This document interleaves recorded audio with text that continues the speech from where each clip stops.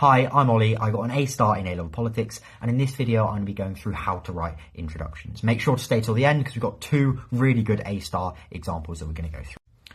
First though, we're going to have a look at a simple structure you can follow, and this is going to include three key parts of an introduction, and these aren't in order here. Firstly, the most important is stating and justifying your argument. The examiner wants to see your argument right from the start. Secondly, setting out how your essay is going to answer the question in terms of whether that's the themes or some key arguments on either side that are going to be introduced. And finally, defining any key terms or briefly introducing the topic. You should only be spending up to around 5 minutes on your introduction. So if you spending too long and you just can't do all three of these in the time, then I'd recommend dropping the final one of defining key terms or introducing the topic.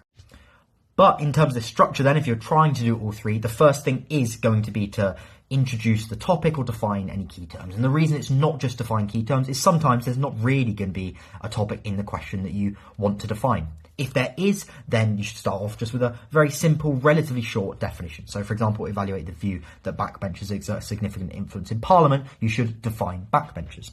Evaluate the view that UK democracy is a participation crisis. Again, defining participation crisis can be a really good way to start. But if the essay question doesn't have anything obvious to define, you can introduce one or two sentences at the start, just really introducing the general topic that the question is asking about to clearly demonstrate to the examiner you know what the question is asking about and you've got good knowledge right from the start.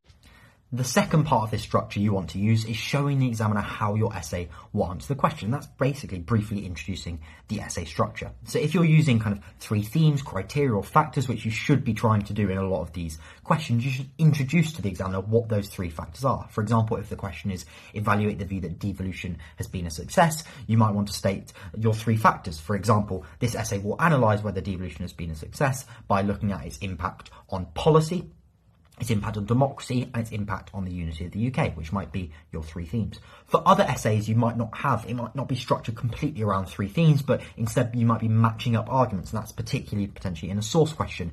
In those cases, what you might want to do is very briefly set out the arguments on either side. Whichever way you do it, if you're doing this, it shows the examiner right from the start that you've got a really considered answer to the question and some key arguments on either side, and you've really thought about how to structure it to come to a really justified conclusion at the end.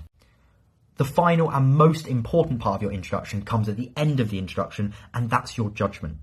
Your judgment should not be a surprise to the examiner by the time you get to the conclusion. Instead, it should be in your introduction, run through and be consistent throughout your main paragraphs, and then be reiterated and really kind of drove home finally in the conclusion. So it needs to be an introduction as well. And that's why the final part